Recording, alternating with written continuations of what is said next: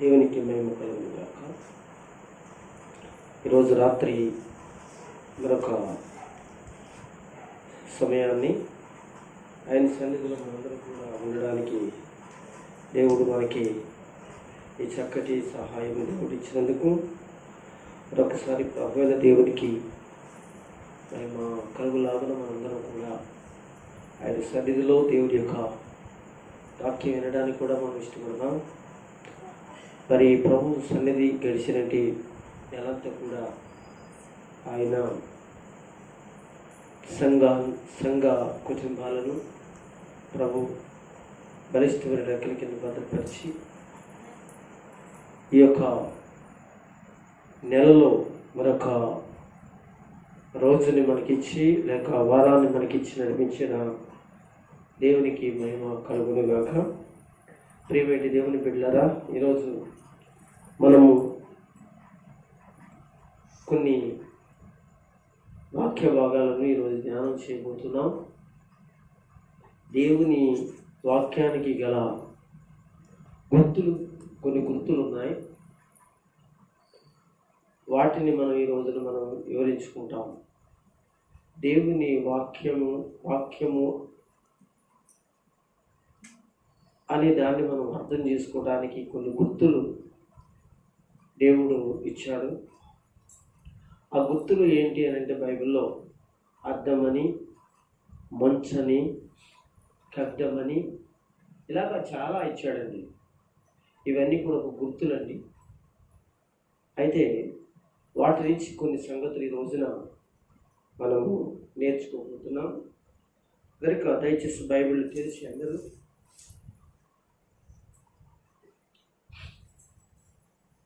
కీర్తన గ్రంథం నుంచి 119వ కీర్తన 119వ కీర్తన అందరూ కూడా తెరిచి 119వ కీర్తన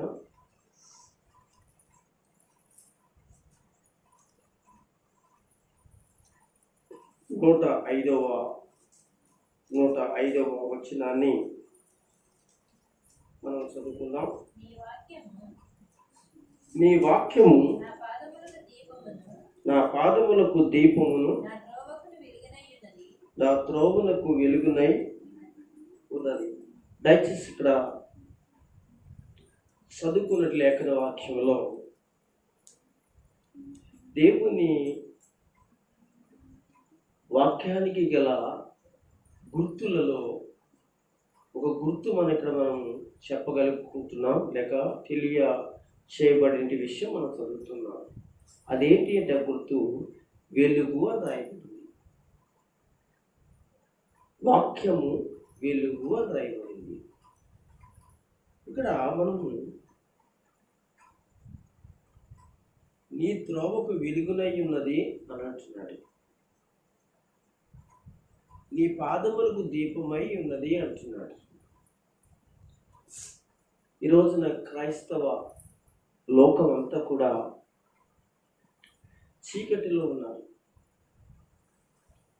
చీకటి చేత వాళ్ళు బ్రతుకుతున్నారు. క్రైస్తవ లోకమే కాకుండా అసలు ప్రపంచంలో ప్రతి ఒక్కరూ చీకటిలోనే ఉన్నారు. అందుకని ఈ చీకటి ప్రపంచాన్ని, ఈ చీకటి లోకాన్ని యేసుక్రీస్తు తిరిగి ఎక్కడికి నడిపించాలి అనుకున్నాడు అంటే వెలుగులోనికి నడిపించాలి అని అనుకున్నాడు. అందుకే ఆయన పుట్టడం జరిగింది, ఆయన సువార్త చేయడం జరిగింది, అనేక ప్రాంతాలకి ఆయన వెళ్ళటం జరిగింది. ఇలాగా ఆయన మనల్ని వెలుగులో నడిపించడానికి ఆయన చనిపోవడం కూడా, సమాధి చేయబడి లేకపోవడం కూడా మనము బైబిల్లో మనం చూస్తాం. ఇదంతా ఎందుకు జరిగింది అని అంటే, ఇదంతా ఎందుకు జరగవలసి ఉన్నది అని అంటే, చీకటిలో ఉన్నటి లోకాన్ని వెలుగులోనికి నడిపించడానికి. అందుకే ఆయన పుట్టిక గురించి మాట్లాడినప్పుడు ఒక ప్రవచనం ఉందండి. లూకా సువార్తలో ఒక ప్రవచనం రాయబడింది. లూకా సువార్తలో 2వ అధ్యాయము తెరిచి చూడండి. 2వ అధ్యాయము 29వ వచనం. నాదా 27 నుంచి చదువుకున్నాం. అంతటా ధర్మశాస్త్ర పద్ధతి చొప్పున ఆయన విషయం అంటే యేసుక్రీస్తు విషయంలో జరిగించుటకు తల్లిదండ్రులు శిష్యువైన యేసును దేవాలయమునకు తీసుకొచ్చినప్పుడు అతడు తన చేతులతో ఆయన్ని ఎత్తుకుని దేవుని స్తుతించుచు ఇట్లా అన్నాడట, దాదా ఇప్పుడు నీ మాట చొప్పున సమాధానముతో నీ దాసుని పోనిచ్చుచున్నావు. అన్యజనులకు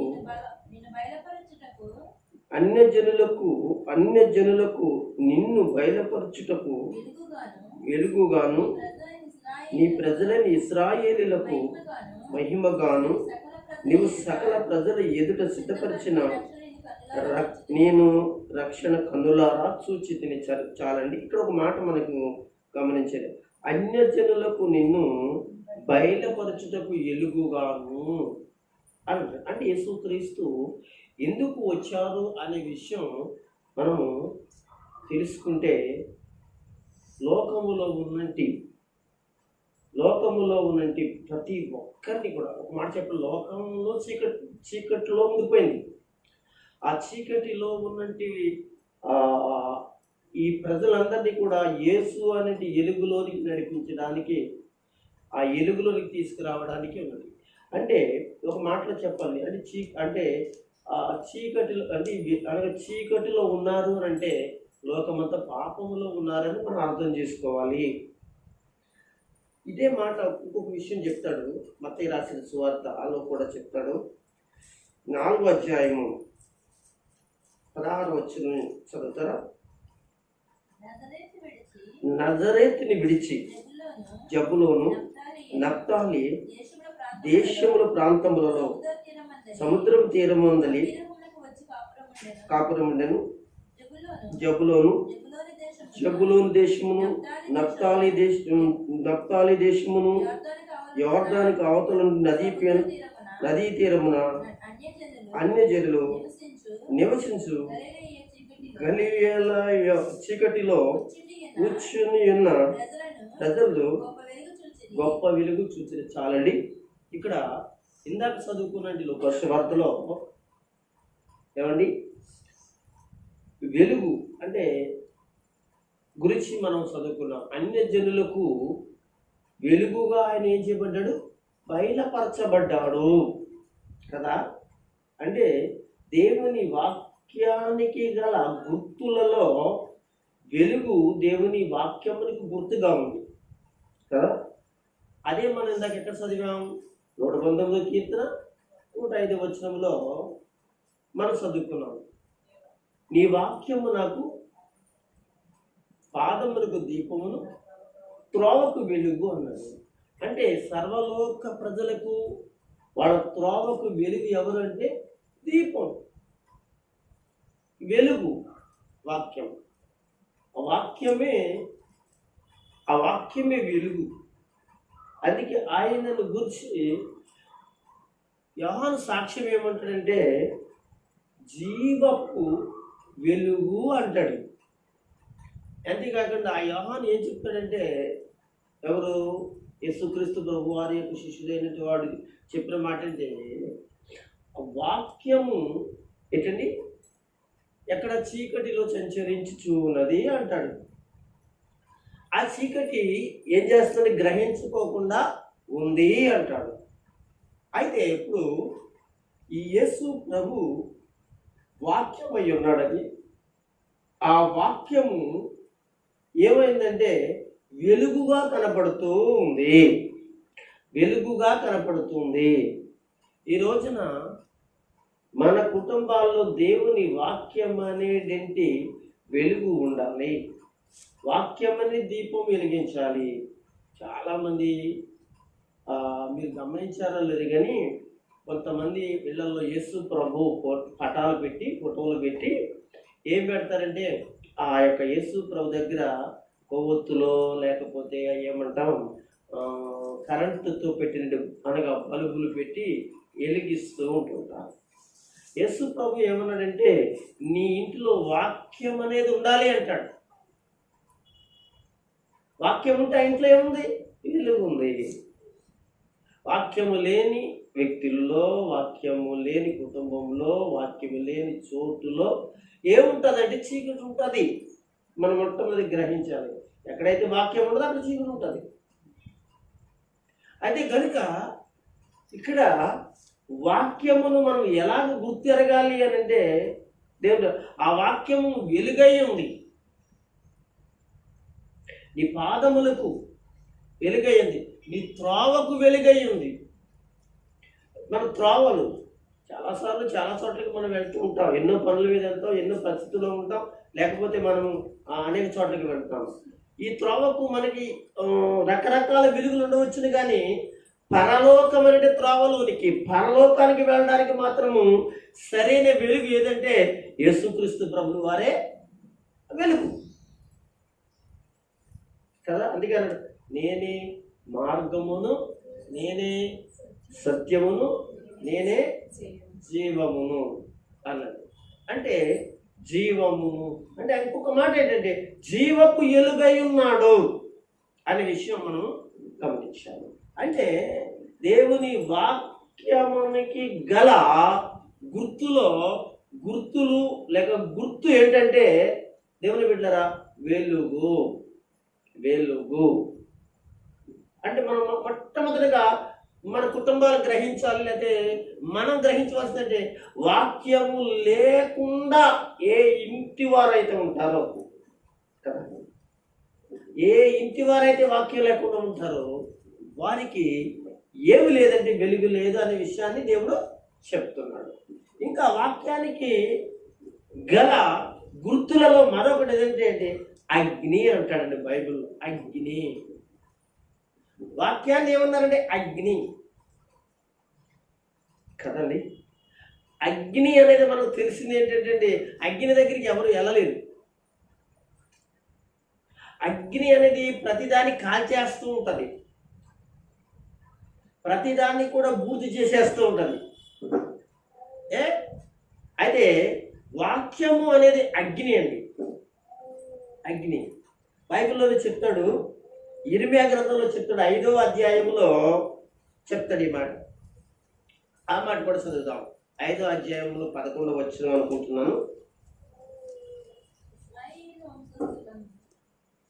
చదువమ్మా.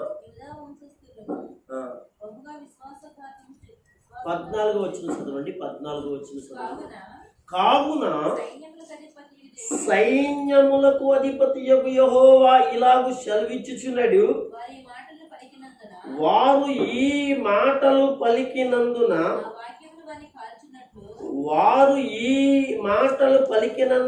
నా వాక్యములు వారిని కాల్చునట్లుగా నీ నోట వాటిని అగ్నిగాను జనములను కట్టెలుగా నేను చేసేదను. ఇదే యెహోవా వాక్కు. ఇశ్రాయేలీల మాట్లాడడం జరిగిందంటండి. కావున సైన్యముల అధిపతి దేవుడు యెహోవా ఇలా సెలవిస్తున్నాడు, వారు ఈ మాటలు పలికినందున, వారు కొన్ని మాటలు మాట్లాడారట. ఇశ్రాయేల్ మాటలు మాట్లాడితే అప్పుడు దేవుని వాక్యం ఎవరి దగ్గరికి వెళ్ళిందంటే ఇర్మియా దగ్గరికి వెళ్ళింది. ఆ వాక్యము వారితో మాట్లాడుతూ ఏమంటుందంటే ఇర్మియాతో అంటుంది, నీ నోటిలో నా మాటలు పెడుతున్నాను, అవి ఎటువంటి అంటే అగ్ని వంటివి. ఏ మాటలు? దేవుని యొక్క వాక్యము అగ్ని వంటిదండి. అగ్ని వంటిది.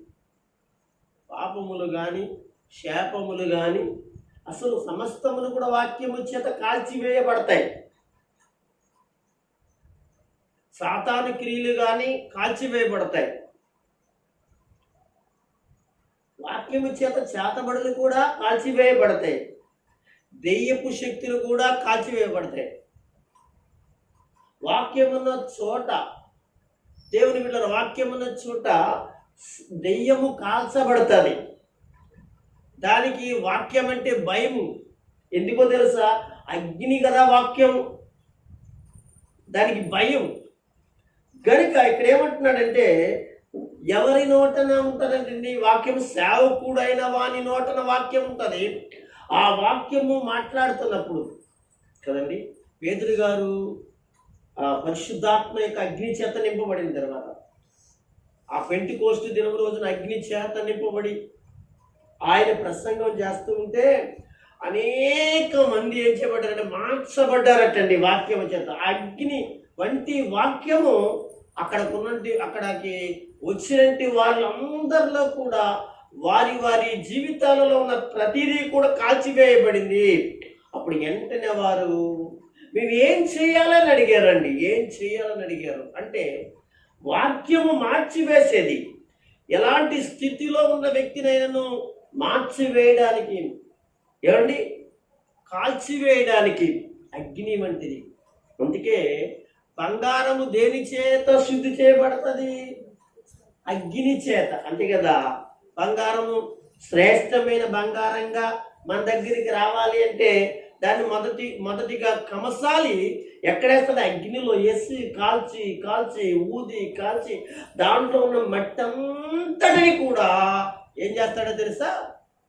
వచ్చేదాకా అది శ్రేష్టమైనదిగా తయారయ్యే, అనగా బంగారం అయ్యేదాకా కూడా అగ్నిలో కాలుస్తూ ఉంటుంది, కాల్చి వేస్తారు.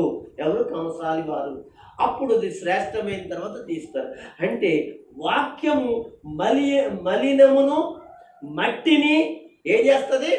మానవుల యొక్క, మనుషుల యొక్క మట్టిని, మలినమును ఏం చేస్తుందంటే కాల్చి వేసేదే దేవుని వాక్యము. దేవుని వాక్యము అనేది మనము గమనించినట్లయితే ఎలా కనపడుతుంది? ఎలుగుగా కనపడుతుంది అని చెప్పుకున్నాను. మరొక ఎలా కనపడుతుందండి? అగ్నిగా కనబడుతుంది. అంటే మనం వాక్యము చేత నింపబడి వాక్యము చేత కాల్చబడేటువంటి వారిగా ఉండాలి. మన హృదయ అంతరంగాలన్నీ కూడా కాల్చబడాలి. అసలు వాక్యం అనేది మన యొక్క హృదయంలోనికి వెళ్ళాలి, మన ఎముకల్లోనికి వెళ్ళాలి. మరి ఇంకెక్కడికంటే నరములకు శరీరము, మన శరీరం అరికాల మొదలకు నడినెత్తి వరకు కూడా మన శరీరం అంతటిలోనికి వాక్యము వెళ్ళినట్లయితే మనలో ఉండే ప్రతి మలినము ఏమైపోతే, అనగా మనిషిలో ఉన్న ప్రతి ఒక్క మలినం ఏమైపోతుందంటే ఆ వాక్యము చేత కాల్చబడి శుద్ధి చేయబడుతుంది. అదే చెప్తాడు ఏప్రిల్కి రాసిన పత్రిక. ఒక మాట చదువుదాం. ఏప్రిల్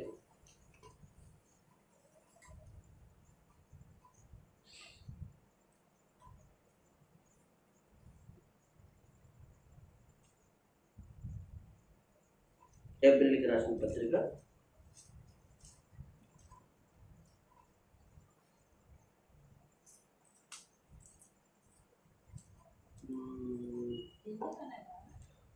4వ అధ్యాయము 12వ వచనం చదవండి.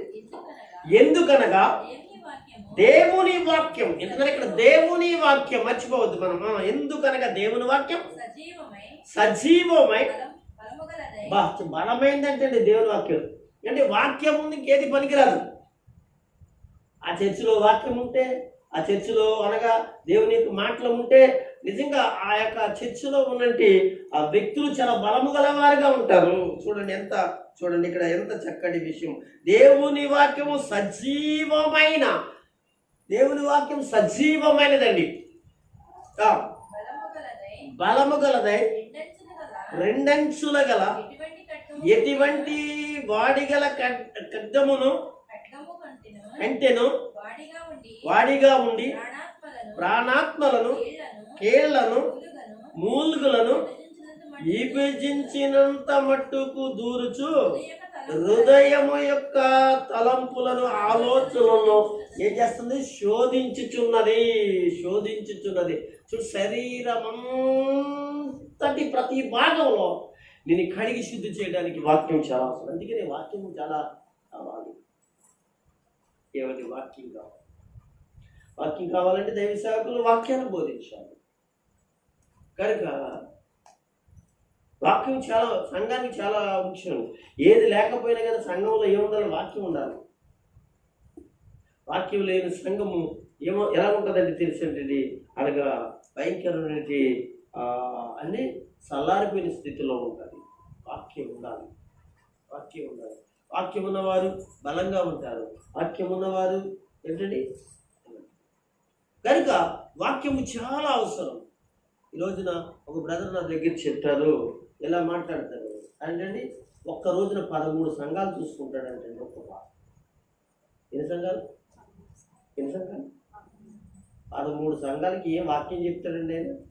వందనాలని చెప్పేసి మొహం చూపించి వెళ్ళిపోతాడు. లేదు ఆ పాస్టర్ గారికి అనగా ఏంటండి పొద్దుటే కారెడతాడటండి. అనగా మధ్యాహ్నం 1 గంట 2 చూసుకో అనగా 2 ఏం చేస్తాడండి వాటిని 13 సంఘాలు.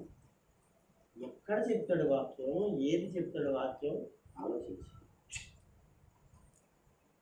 నేను ఆయన గురించి నేను బాధపడలేదు, కానీ ఆ సంఘాల గురించి నేను బాధపడాను. వాక్యం ఎక్కడ ఉంటుందండి? ఎక్కడ చెప్తాడండి? ఏం చెప్తాడండి? తన ప్రయాణంలోనే అలసిపోతాడు కదండి. కదా. మీరు ఆలోచించండి. మాటలేంటండి ప్రయాణం అంటే?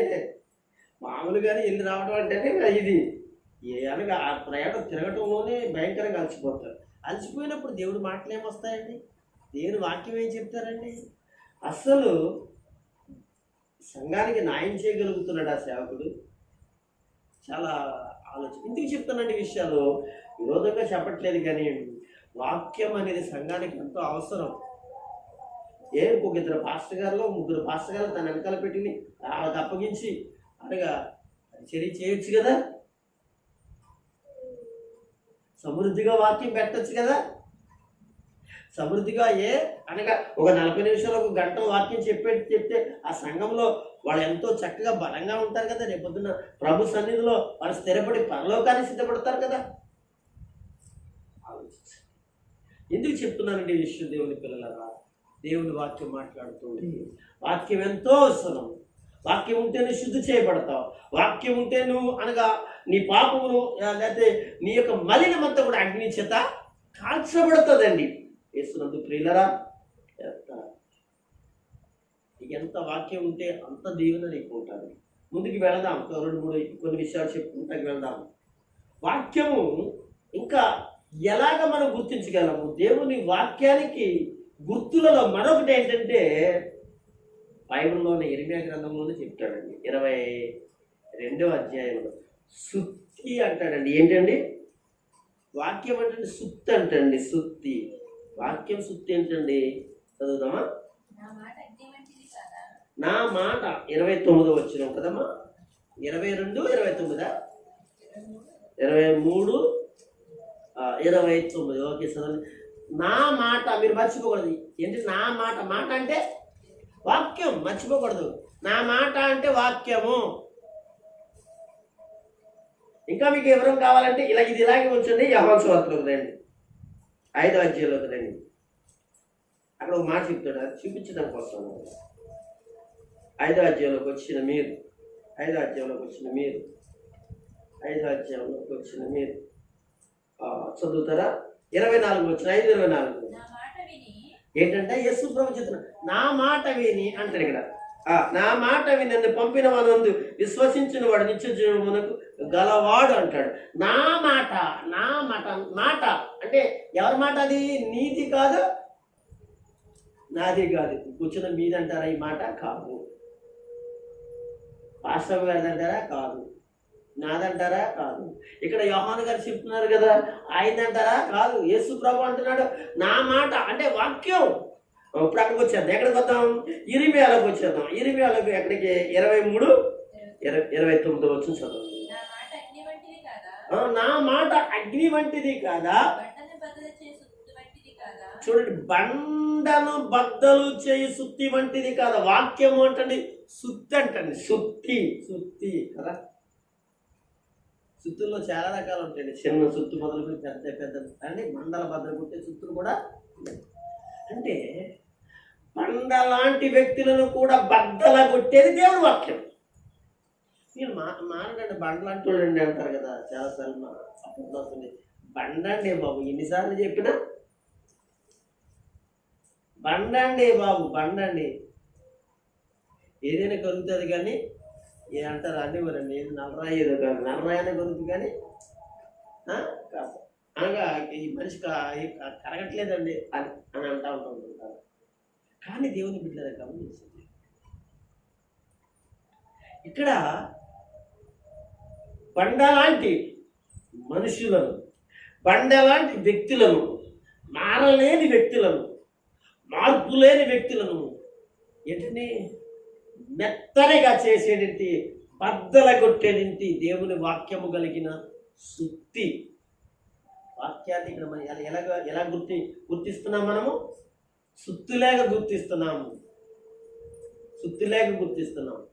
నేను ఫోన్లో చూసినప్పుడు, ఒకసారి ఫోన్లో చూసినప్పుడు ఎంత ఉందంటే పెద్ద ఈ చర్చిలో సగం ఉంటుందని బండ అండి. ఆ బండ వరుసగా మేకులు పెట్టాడండి, వరుసగా మేకులు పెట్టి, చాలా మేకులు పెట్టాడు, 10 మేకులు పెట్టాడు ఆ బండకి. ఇంకా అది కొట్టం మొదలెట్టాడు. కొట్టగానే ఇంత పెద్ద బండ 2 పిచ్చులు అయిపోయింది, బట్టలు అయిపోయింది. అంటే సుత్తి దేవుని వాక్యమునికి గుర్తు. మన హృదయ అంతరంగాలను, మారలేని వారి యొక్క జీవిత పరిస్థితులను దేవుని వాక్యము మార్చగలదో అనే విషయాన్ని ఇక్కడ చెప్తున్నాడు. అందుకే మనకి వాక్యం చాలా అవసరం. ఎప్పుడు వాక్యం అనే దాని కొరకు ఉన్నాం. వాక్యం కొరకు మనం ఏం చేయాలో తెలుసండి, ఇష్టపడాలి. వాక్యం ఇష్టపడాలి. వాక్యం ఇష్టపడింది ఆనందించాలంటాడు. వాక్యం నుంచి యెహోవా ధర్మశాస్త్రం ముందు ఆనందించచ్చు అంటాడు. అంటే ఆనందించాలి వాక్యమునందు, సంతోషపడాలి వాక్యమునందు. గనుక ఎప్పుడైనా నేను చెప్తున్నాను, వాక్యం వినబడిన చోట అది బండలైనా కానీ బద్దలైపోతాయి. బండలాంటి మనిషి అయినా వాక్యం చేత మార్చబడతాడు. ఏమండి, పౌలు గారు చూడండి మార్చబడ్డాడు కదండి. పౌలు గారు మార్చబడ్డాడు. ఆ రోజులలో అనేక మంది యేసుక్రీస్తుకి వ్యతిరేకంగా జీవించినటువంటి వాళ్ళు బండలాంటి, వ్యతిరేకమైన బండలాంటివి. దేవుని వాక్యానికి వ్యతిరేకం ఏది లేదు. జెరుబ్బాబేలు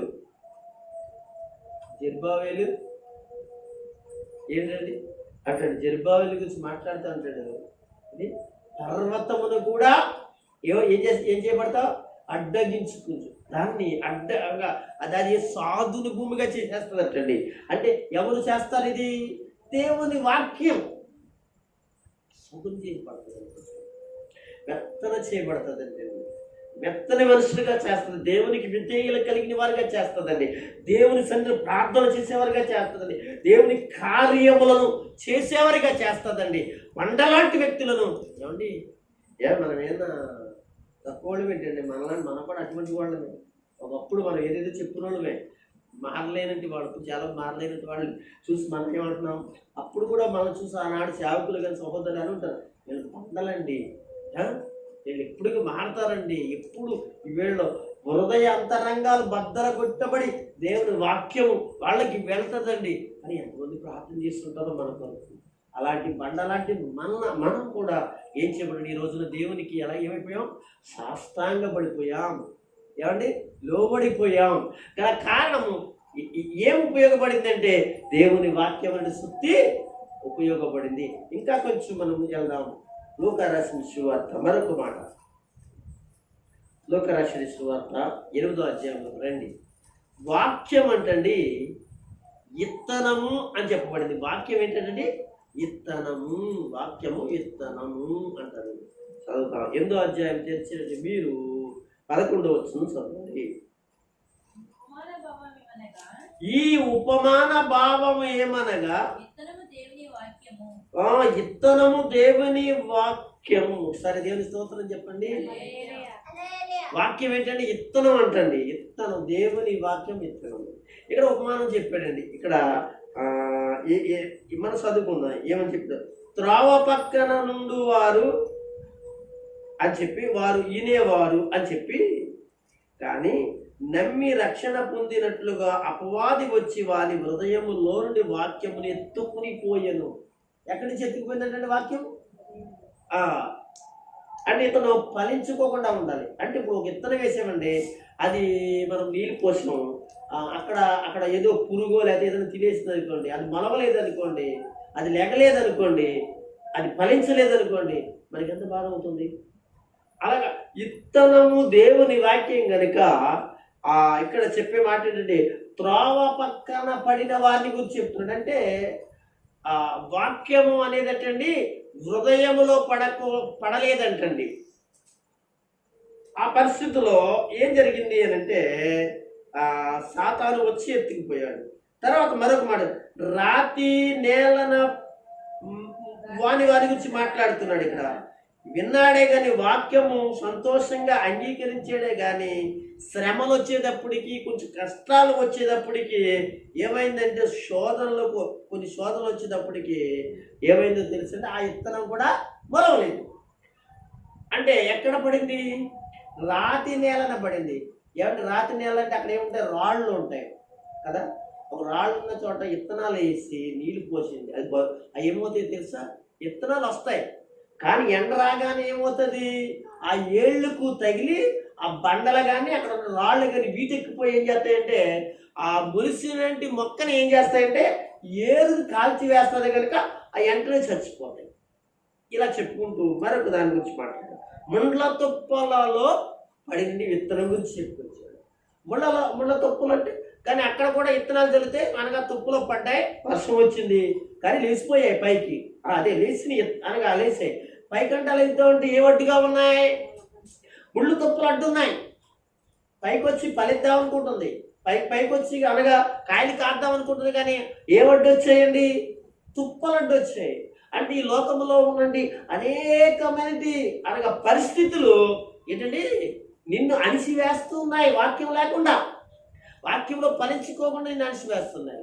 మరొక నేల గురించి మాట్లాడతానంటాడు అనమంటే 30 దంతులుగాను 60 దంతులుగాను 100 దంతులుగా ఫలించింది. ఆ భూమి గురించి అది దున్నబడి మెత్తన చేయబడింది. అంటే ఆ మాటకు అర్థం తెలుసా? ఆ యొక్క వ్యక్తులు దేవుని యొక్క సన్నిధిలో మార్చబడి ఏమయ్యారో తెలిసి వాక్యమును జీర్ణింప చేసుకుని ఫలించారు అని చెప్తుంది. అంటే ఇక్కడ మనం ఏం నేర్చుకుంటున్నామంటే ఇత్తరము దేవుని వాక్యం. ఇక్కడ దేవుని వాక్యానికి గల గుర్తు ఏంటంటే ఇత్తనాలు. ఇంకా చక్కటి మాట చెప్పమంటారా? ఈ మనిషి ఫలించాలి అంటే ఏం చేయాలని తెలిసింది? వాక్యం అనేది మన హృదయాల్లో ఫలించాలి అని అంటే ఏం చేయాలి? మన హృదయాంతరంగంలో ఉన్నటి ప్రతి దానిని మనం ఏం చేయాలి? తీసివేయాలి. ఇర్మియా గ్రంథము 4వ అధ్యాయము 3వ వచనం చదువుతారా? 4వ అధ్యాయము ఇర్మియా గ్రంథం 3వ వచనం, యూదా వారికిని యెరూషలేము నివాసులకును ప్రభు అయిన దేవుడు ఇలాగ సెలవిస్తూ యెహోవా దేవుడు సెలవిచ్చుచున్నాడు, ముండ్ల పొదలలో విత్తనములు చల్లక అనగా బీడు పట్టేసిన భూముల్ని మొట్టమొదటిగా దున్నండి. చాలు సరిపోతుంది. అంటే ఇప్పుడు ఇత్తనములు ఫలించాలి అంటే ఆ ఇత్తనము మనగా మొలచి పైకి రావాలి అంటే, అది మొక్కవ్వాలంటే, తర్వాత అది కాయలు కాయాలి అంటే అనగా ఏదైతే అడ్డుగా ఉంటుందో దాన్ని తొలగించాలి, దాన్ని దున్నాలి, దాన్ని శుభ్రం చేయాలి, పవిత్రంగా అనగా దాన్ని చేయాలి, మంచిగా చేయాలి. అప్పుడు ఏం చేయాలి? ఆ వాక్యం అనేది ఫలిస్తుంది. మీకు అర్థమవుతుందని ఆ వాక్యము ఫలిస్తుంది అనే విషయం మనం తెలియజేస్తుంది. కనుక మనము చాలా గమనించవలసిన విషయం ఏంటంటే మనం ఫలింపు కొరకై ఏం చేయాలో తెలుసండి? మన హృదయాంతరంగాల్లో ఉన్న ప్రతిదాన్ని కూడా ఏం చేసుకోవాలి? శుద్ధి చేసుకోవాలి. అంటే విత్తనం, ఆ విత్తనము అనే వాక్యం మనలో ఉండాలి అంటే మొదటిగా మనం చాలా జాగ్రత్తగా ఉండాలి. ఇంకొక మాట కూడా చెప్పుకుందాం. అది ఎక్కడంటే ఎఫెసీయులకు రాసిన పత్రికలో ఉన్నమాట. అది కూడా చదువుదాం. వాక్యమును గల లేక వాక్యమునకు గల గుర్తులలో మరొక గుర్తు ఏంటంటే ఏముంది? ఓకే, 6వ అధ్యాయం తీయండి అందరూ కూడా. 6వ అధ్యాయము 17వ వచనం చదవండి. మరియు రక్షణయను శిరస్త్రాణమును, ఇక్కడ కూడా దేవుని వాక్యము ఆత్మకడ్డమును ధరించుకోండి. ఎవరిని ధరించుకోమంటాడు? సంఘాన్ని. సంఘము ఏం ధరించుకోవాలి అంటే ఎవరిని జయించడానికి? అపవాదిని జయించడానికి, లోకాన్ని జయించడానికి, పాపాన్ని జయించడానికి. ఏమండి జయించాలి అని అంటే ఇక్కడ మీరు ధరించుకోండి. ఏం ధరించుకోవాలి? యుద్ధానికి వెళ్ళే పూర్వకాలం యుద్ధానికి వెళ్ళే వాళ్ళు ఏం ధరించుకునేవారు? కత్తిని. దాన్ని ఖడ్గము అన్నారు. ఖడ్గము అని చెప్పారు. ఖడ్గము కదండి. అది లేకోకుండా వెళ్ళారనుకోండి ఏమవుతుంది? ఏంటి యుద్ధంలో మనం ఏం చనిపోతాం, చంపేస్తారు అక్కడ. మన విజయం కావాలంటే ఈ చేతిలో ఏముండాలి? కత్తి ఉండాలి. అంటే కత్తిని ఇక్కడ ఎలా ఉపయోగించారు? ఎలా చెప్పారు? దేవుని వాక్యం అని చెప్పారు కదా. ఇది ఏంటంటే 150 కీర్తనలోనా 149 కీర్తనలో మాట్లాడుతారు. ఎన్నో వచ్చినట్టే లాస్ట్ వచ్చిన నెల చూడండి. 149 అనుకుంటున్నాను. చూడండి, 150 కాదు, 149వ కీర్తనలో చూడండి. లాస్ట్ వచ్చినాల్లో ఉంటుందండి. వచ్చిన చెప్పండి ఆడికి. 9వ వచనం చదవండి. 9వ వచనం 149:9. ఇదింపబడిన తీర్పు వారి మీద నడుపుటకు. ఎవరి చేతిలో? మీ చేతుల్లో ఏముంది? బైబిల్ ఉందా లేదా? బైబిల్ ఏమంటున్నాం మనం? దేవుని బైబిల్ ఏమున్నాయి? దేవుని వాక్యం కదా.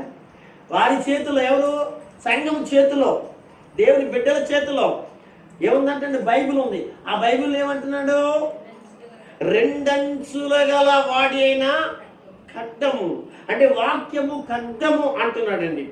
అంటే దేవుని వాక్యము ఏమై ఉన్నది అని అంటే దేవుని బిడ్డలారా, ఎలాగ మనము దీన్ని అర్థం చేసుకోవాలంటే ఇక్కడ ఖడ్గము దేవుని యొక్క వాక్యం మన చేతిలో ఉండాలి. అందుకే మనం ఊరు వెళ్ళినా మన చేతిలో ఉండాలి.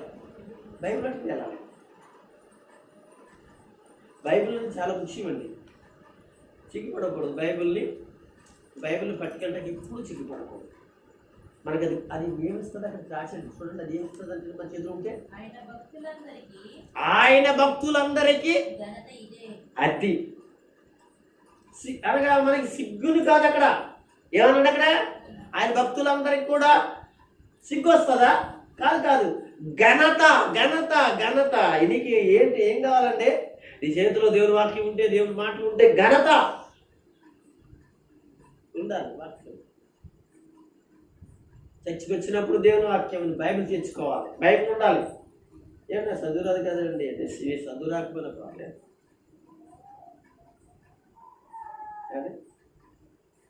చదువు రాకపోయినా పర్లేదు. అర్థమవుతుందండి. నీ చేతిలో బైబిల్ ఉండాలి. అతనికి ఘనతనిస్తుంది. నువ్వెవరు అని చెప్తుంది? నువ్వు క్రైస్తవుడు అని చెప్తావు, నువ్వు దేవుని బిడ్డవని చెప్తుంది. ఎంత ఘనత అండి, ఎంత మంచి పేరండి. గనుక దేవుని బిడ్డలైన మనము గమనించండి, ఎఫెసీయులకు రాసిన ఈ పత్రికలో చెప్పబడిన మాట చదివితే, మరియు రక్షణ శిరస్త్రాణం అని చెప్పి దేవుని వాక్యానికి అర్థము అంటున్నాడు. ఇందుకు అది కావాలి మనకి. దేవుని వాక్యం అనే అర్థం ఎందుకు కావాలి అంటే 10వ వచనం నుంచి కొన్ని వచనాలు చదువుకుంటూ వద్దాం.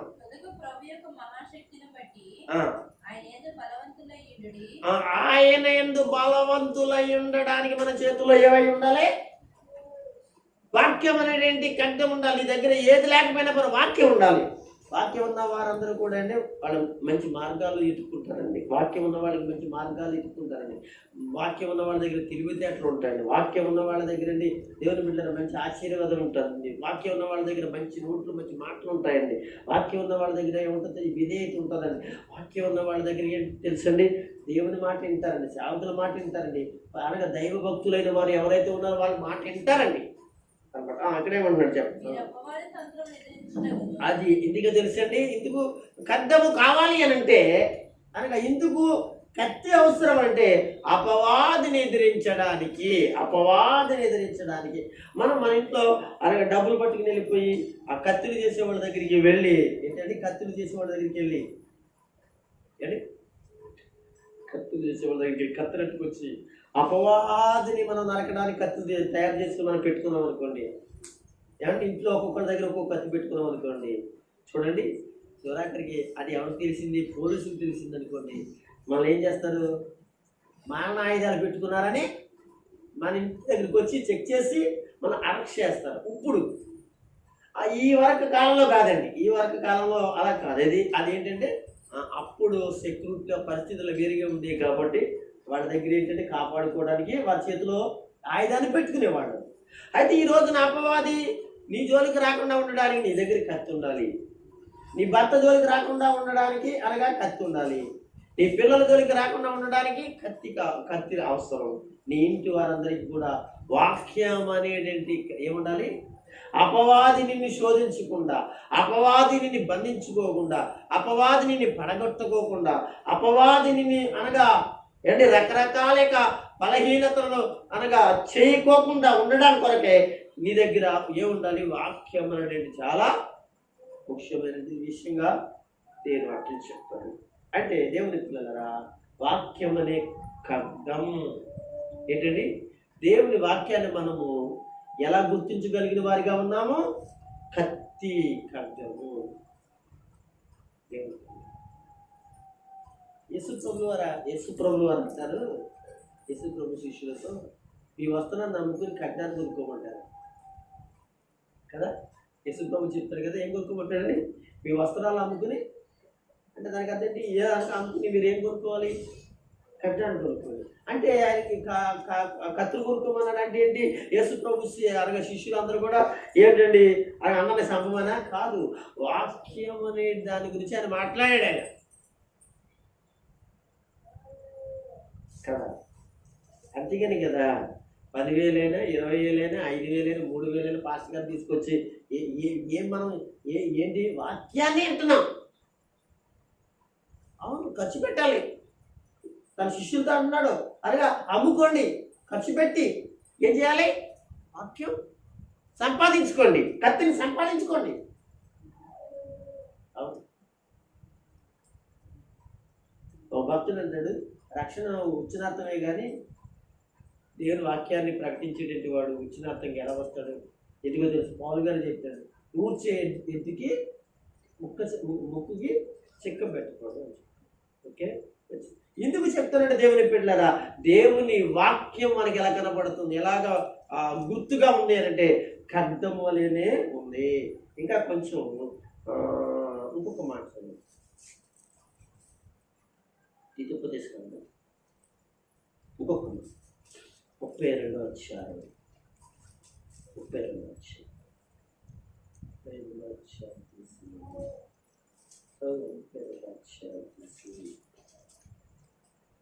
2వ వచనం చదవండి.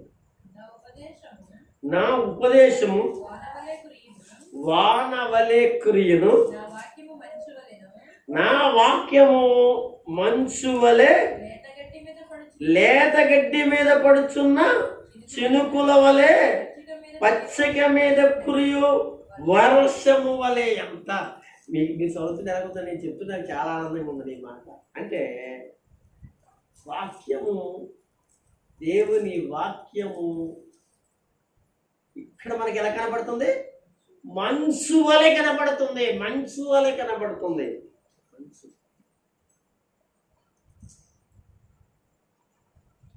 నా ఉపదేశం వాన వలె కురియును, నా వాక్యం మంచు వలె లేతగడ్డి మీద పడుచున్న చినుకుల వలెను. అదే కదా, మంచు పడుతున్నప్పుడు చూడండి, అది పడుతున్నప్పుడు చినుకుల వలె ఆ మొక్కల మీద పడుతుంటే ఆ మొక్కలు ఎంత ఆనందంగా ఉంటాయి తెచ్చండి. అప్పుడు వాటిని మంచు పడుతున్నప్పుడు మీరు బయటకు వచ్చి మొక్కలు చూడండి, అట్లా లెక్క చూస్తుంటే అవి ఎంత ఆనందంగా కనపడతాయి మన కళ్ళకి తెలుసండి, ఎంత మంచిగా కనపడుతుంది. అంటే వాటికి ఆ మొక్కలు ఎవరో కాదు, మనమే. మొక్కలు ఎవరో కాదు, మనమే. దేవుని పిల్లలు ఆలోచిద్దాం. ఇంకా మీకు కావాలి అంటే ఇంకా మంచి మాట, ఇంకొక మంచి మాట జ్ఞాపకం వస్తుంది నాకు. చదువుదాం, యోబు గ్రంథం చూద్దాం. యోబు గ్రంథం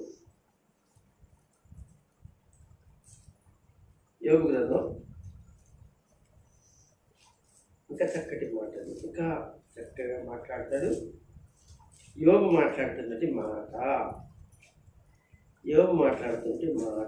చదువుందా? దొరికిందా మాట మీకు? తెలిపి చదవండి. ఓకే, 29వ అధ్యాయము 19వ వచనం చదవండి. నా వేళ్ల చుట్టూ అంటే అంటే ఆయన ఒక చెట్టు అనమాట. ఆ చెట్టుకి ఏమున్నాయంటే ఏళ్ళు ఉన్నాయంట. అంటే అందుకే అన్నాడు నా వేళ్ల చుట్టూ నీళ్లు వ్యాపించును. మంచు ఎక్కడ ఉందంటే నా కొమ్మల మీద ఉన్నాయి. ఇప్పుడు మంచు కొమ్మల మీద ఉంటే నీళ్ళు అనే వాక్యము అనగా ఏళ్ళు కింద ఉంటే ఆ మొక్క ఏమవుతుందో తెలుసండి, సిగిరిస్తానే ఉంటుంది. అదే ఆ మంచే వాక్యమే నీ జీవితానికి ఎలా ఉంటుంది? సిగిరించేదిగా ఉంటుంది, సిగిరింప చేసేదిగా ఉంది వాక్యం. అనగా అనేది నీ జీవితంలో ఆశీర్వాదకరమందని మరొకసారి తెలియజేస్తూ మరొక ఆఖరి ఇంకొక మాట చదువుకుందాం. యాకోబు పత్రికలో ఇంకొక మాట, యాకోబు రాసిన పత్రిక 1వ అధ్యాయము 23వ వచనం. ఎవడైనను వాక్యమును వినివాడయుండి, అంటే వాక్యము నిన్న తర్వాత, వాక్యము చెప్పబడిన తర్వాత, వాక్యం అనేది మనం నేర్పించిన తర్వాత అలా బ్రతకని వాడై ఉంటే ఏంటండి? అద్దములో తన సహజ ముఖమును చూచుకును మనిషిని పోయి ఉన్నాడు. అంటే ఈ మాటకి అర్థం ఏంటంటే అందరూ కూడా బట్టలు వేసుకున్నా, చదువుకున్నా, ఇంకేం చేసినా ఎక్కడికి వెళ్తారు? అద్దం దగ్గరికి వెళ్తారు. వెళ్ళినప్పుడు తను ఎలాగున్నాడో, తను వేసుకున్నట్టు డ్రెస్ ఎలాగుందో, తను పెట్టుకున్నట్టు నగలు ఎలాగున్నాయో, తను ధరించినట్టు వస్త్రధారణ కరెక్ట్గా ఉందో లేదో చాలా జాగ్రత్తగా అద్దం చూపిస్తుంది. మగపిల్లల బట్టలు అయితే, ఆడపిల్లల బట్టలు అయితే ఎలాగున్నాయి, సరిగ్గా ఉన్నాయా లేవని చూపిస్తాయి. లేకపోతే ఏదైనా కావచ్చు, ధరించుకున్నది ఏదైనా కావచ్చు, అది చూపిస్తుంది. అంటే ఇప్పుడు వాక్యము అద్దం లాంటిది అట్టండి. అద్దం దగ్గరికి వెళితే మనం ఎలాగున్నామో మనకి మన జీవితం తెలిసిపోతుంది. అందుకని చాలామంది వాక్యం చెప్పినప్పుడు ఇష్టపడరు. ఎందుకంటే ఆ వాక్యం అనే అర్థం దగ్గరికి రాదు. ఎందుకు తెలుసా? వారి జీవితంలో ఉన్న ప్రతిదాన్ని దిద్దుకుని ఏం చేసుకోవాలి? అతని దగ్గరికి వెళ్ళినప్పుడు తర్వాత ఏం చేస్తాం? ఇలా ఉందనుకోండి, అలా సరి చేసుకుంటూ దిద్దుకుంటాం కదా. పైట్ సింగ్ ఆడపిల్లలు అనుకో, పైట్ సింగ్ ఇలా ఉంటుంది, అలా చేసుకుంటాం కదా. మా పిల్లలు అయితే అనగా చొక్కా బట్టలు లేకపోతే ఇంకోటి కాలర్ వాళ్ళతో సరి చేసుకుంటూ దిద్దుకుంటారు కదా కదండి. అయితే ఆ వాక్యము కొంతమందికి ఇష్టం ఉండదు, కొంతమందికి వాక్యం ఇష్టం ఉండదు. చాలాసార్లు మీరు గమనించారు. ఎందుకంటే కొంతమంది వాళ్ళ ఉన్న పరిస్థితులు, దిద్దుకోలేని పరిస్థితులు ఉన్నప్పుడు వాళ్ళు వాక్యం దగ్గరికి రాలేరు, వాక్యము వినలేరు, వాక్యం వినడానికి మనసు పెట్టలేరు. అని దేవుని పిల్ల వాక్యమును మనసు పెట్టిన వారు, వాక్యమును అనగా చూసిన వారు వారి జీవితాన్ని చూపిస్తారండి. వారి జీవితం ఎలా ఉందో, ఎక్కడికి వెళుతున్నారో, ఎక్కడ కూర్చుంటున్నారో, ఎలా జీవిస్తున్నారో, ఎలా బ్రతుకుతున్నారో అంతా కూడా వాక్యం దగ్గరికి వెళ్ళి కూర్చుని వింటా ఉంటే మనం ఎలా ఉన్నామో చెప్పేస్తుందండి. మనం వెళ్ళకూడదు, వెళ్ళొచ్చో అనే విషయాన్ని మనకు నేర్పేస్తుందండి. అందుకని వాక్యం ఎటువంటిదంటండి? దమ్ము లాంటిది. కనుక ప్రియులారా, దేవుని వాక్యమును గల ఏంటండి గుర్తులలో 1 వెలుగు, 2 అగ్ని, 3 సుత్తి, 4 ఇత్తనము, 5 ఏంటండి ఖడ్గము అని చెప్పుకున్నాము, 6 ఏంటండి మంచు, 7 ఏంటండి అద్దము. కనుక ఈరోజు ఇలాగ వాక్యము మనకి కనబడుతూ ఉంటుంది. వాక్యము మనకి ఇలా కనబడుతుంది కనుక దీని నుంచి మనం నేర్చుకున్నట్టు గొప్ప విషయాలను మన జీవితాల్లో జీర్ణింప చేసుకుంటే మనకి చాలా ఆశీర్వాదకరంగా ఉండగలుగుతాం. ఇటు కృప ప్రభు మనందరికీ ఇచ్చి నడిపించి మనల్ని పరిచర్యలో సంఘంలో దేవుడు వాడుకునే కాక ఆమేన్.